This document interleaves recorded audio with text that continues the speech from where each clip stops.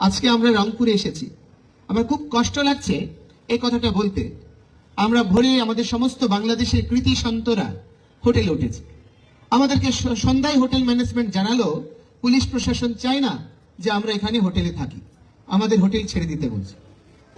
আপনারা কোন পর্যায়ে আমরা বাংলাদেশে অবস্থান করছি, হিন্দুরা কোন অবস্থায় নিপীড়িত হচ্ছে, নির্যাতিত হচ্ছে, এটা বোঝার জন্য তো আর কোনো ক্লাস বা কোনো প্রুফ দরকার হয় না।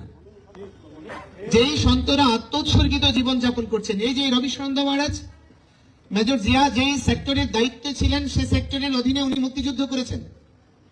তো যেই মুক্তিযুদ্ধে 30 লক্ষ শহীদ আত্মোৎসর্গ করেছেন এবং বর্তমান যে অভ্যুত্থান হয়েছে এখানেও হাজার হাজার আত্মোৎসর্গ করেছেন। তো হাজার হাজার আত্মোৎসর্গকে আমি স্বীকৃতি দেব, সম্মান দেব, মর্যাদা দেব, তাদের অবদানকে স্মরণ রাখবো। তাই বলে কি 30 লক্ষ শহীদের আত্মত্যাগকে ভুলে যাব?